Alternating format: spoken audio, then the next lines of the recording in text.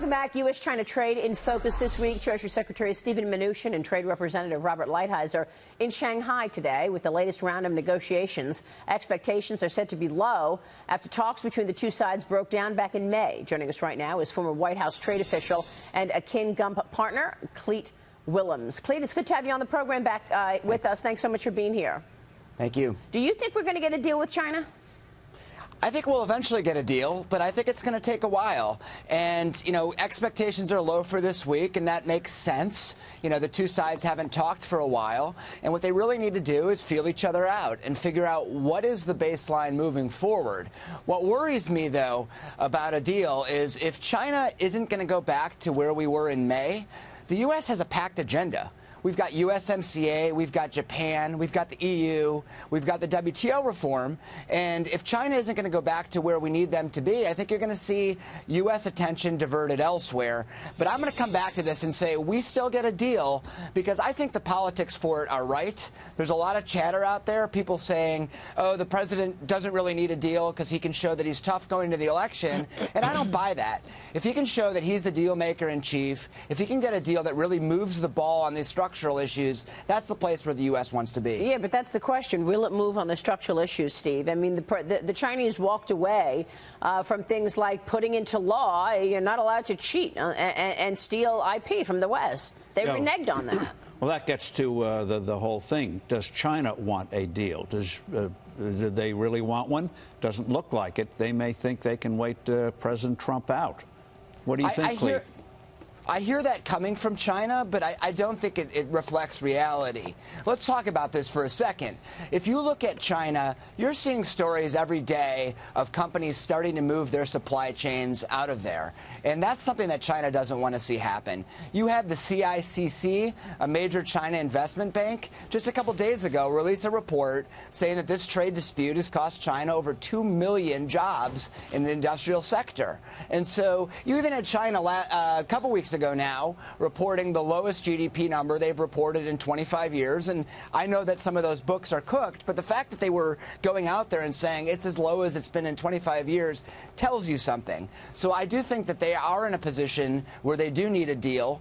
And I do think that once we get back to the table that they're going to hopefully show some flexibility so that we can get to yes. Because ultimately I think this will benefit both sides.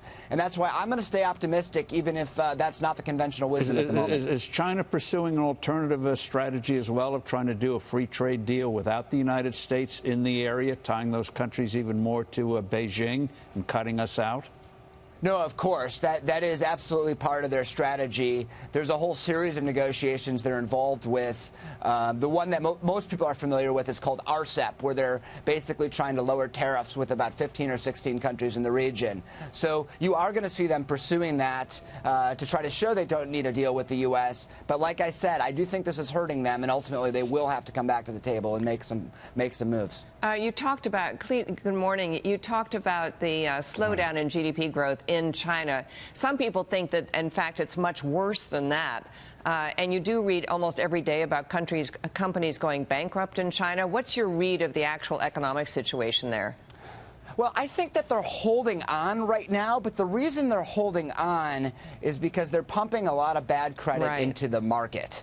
And that can't last forever. Most of the real serious economists that I talk to say that, this is a little bit of a, I don't know if sugar high is the right way to describe it, but this is certainly a temporary fix for them. So I don't think they're quite yet in desperate straits, but at some point they're going to run out of those bullets. They're going to run out of the ability to pump credit into their market, and they're going to have a real problem. And they're going to need a deal before that happens. What's your take on USMCA, Clete? Trade Representative Lighthizer and House Democrats have already met 4 times, apparently, to talk about the proposed agreement with Canada and Mexico. Most recently, this past Friday, both sides are saying that they are making progress, but some House Democrats are aiming for a vote before the end of the year. It's up to Nancy Pelosi. How do you see it?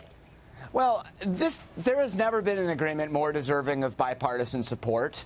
The Ambassador Lighthizer and the Trump administration did a great job here of drafting an agreement that's going to create a lot of jobs in the U.S., in particular in the U.S. auto sector, but also that hits the key Democratic priorities for years. things like labor, things like environment, things like currency.